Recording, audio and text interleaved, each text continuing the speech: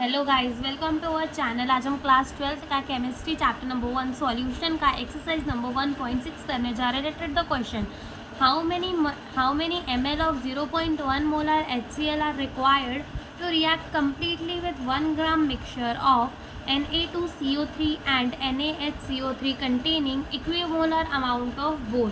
तो इस क्वेश्चन में हमें बोला क्या गया है, मैं आपको समझाती हूँ इस क्वेश्चन में हमें क्या बोला गया है।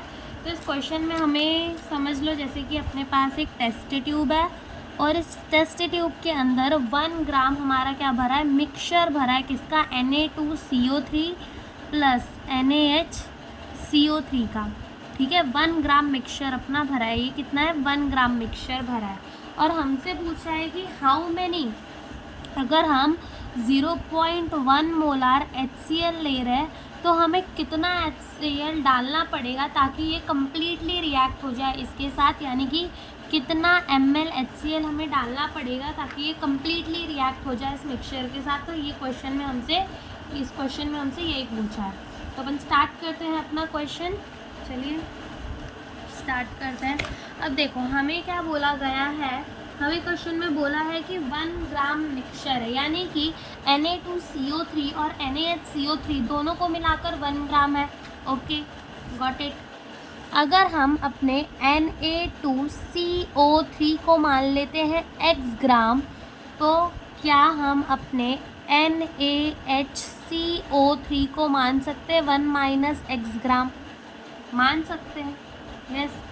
चलो आओ तो पहले इसका मोलार मास कैलकुलेट कर लेते। तो सोडियम का हमारा 23 इंटू 2 प्लस कार्बन का कितना होता है, 12 होता है, और ऑक्सीजन का 16 इंटू 3, तो ये हमारा हो जाएगा 46 प्लस 12 प्लस 16 3 ज़ा 48।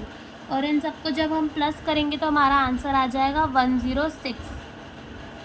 तो ये हमारा क्या आया, मोलार मास आ गया, Na2CO3 का मोलार मास आ गया ना। हम इसके मोल्स निकाल सकते हैं, मोल्स ऑफ Na2CO3, इसके हम मोल्स निकाल सकते हैं। यस, गिवन वेट क्या है, x ग्राम, अपॉन में मोलार मास कितना आया, 106 आया।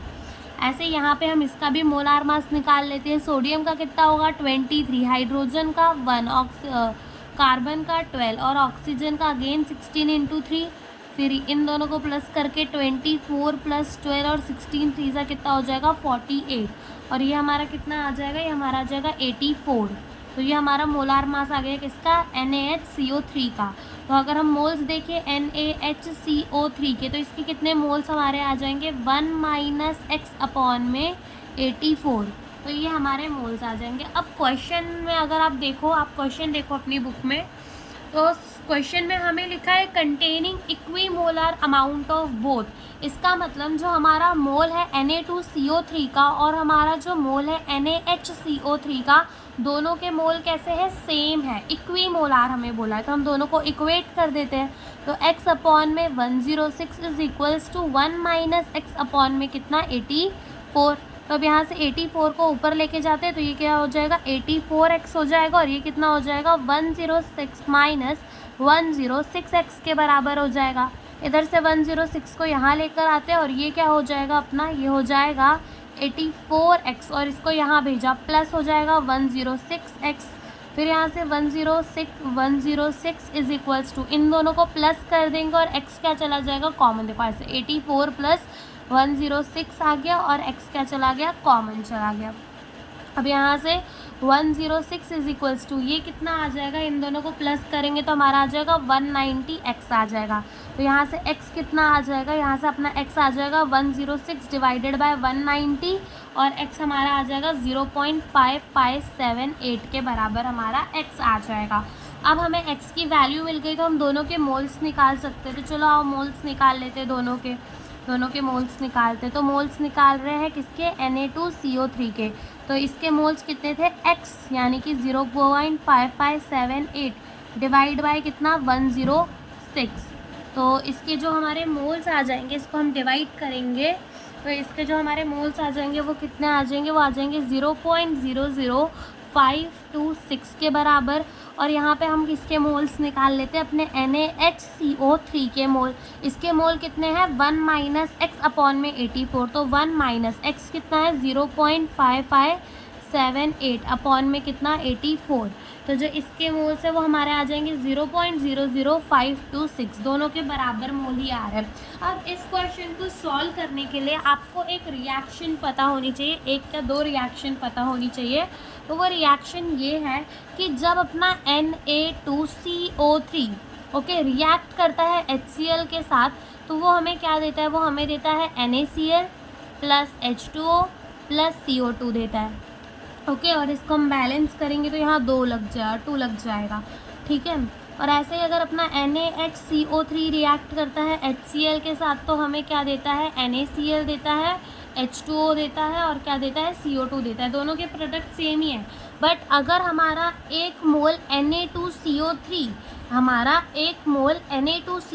2 मोल HCl के साथ रिएक्ट कर रहा है, 1 मोल Na2CO3 2 मोल HCl के साथ रिएक्ट कर रहा है, और 1 मोल Na2CO3 2 मोल HCl के साथ रिएक्ट कर रहा है, और 1 मोल NaHCO3 1 मोल HCl के साथ रिएक्ट कर रहा है। डन। तो अगर मैं total mole of HCl react कितने कर रहे हैं निकालूँ, तो वो कितने होंगे, टोटल मोल ऑफ HCl वो कितने हो जाएंगे मेरे, टोटल मोल ऑफ HCl कितने होंगे, तो वो मेरे हो जाएंगे 2 इंटू, यहाँ देखो ना, 1 मोल ये रिएक्ट कर रहा था, 2 मोल ये रिएक्ट कर रहे थे, तो 2 इंटू कितना हो जाएगा 0.00526 प्लस इधर से 1 मोल यानी कि 0.00526, यानी कि टोटल कितना मोल आ जाएगा, टोटल हमारा आ जाएगा 0.0158 मोल HCl अपना रिएक्ट कर रहा होगा, ठीक है। अब देखो, जो अपनी मोलारिटी का फॉर्मूला होता है वो क्या होता है, मोल्स ऑफ सॉल्यूट अपॉन में वॉल्यूम ऑफ द सॉल्यूशन, किसमें, लीटर में। तो ये मोलारिटी का फॉर्मूला होता है। अगर मुझे वॉल्यूम चाहिए, हमसे क्वेश्चन में जो कि वॉल्यूम ही पूछा है HCl की, तो वो क्या हो जाएगा, मोल्स अपॉन में क्या हो जाएगा, मोलारिटी। तो मोल्स कितने मिले मुझे 0.0158, और अपॉन में मोलारिटी कितनी है 0.1 मोलारिटी है। तो जो हमारा वॉल्यूम है वो कितना आ जाएगा 0.158 हमारा क्या आ जाएगा, वॉल्यूम आ जाएगा। किस में आएगा, लीटर में आएगा।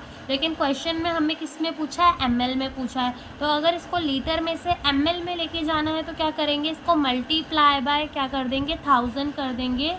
तो जो हमारा आंसर है वो आ जाएगा 158 ml। तो इतना ml 0.1 मोलार HCl हमें रिक्वायर्ड है, हमें चाहिए पड़ेगा to react completely with 1 gram mixture of the Na2CO3 and NaHCO3 के साथ। तो ये हमारा आंसर है, यही हमें इस क्वेश्चन में पूछा था। Thank you for watching the video.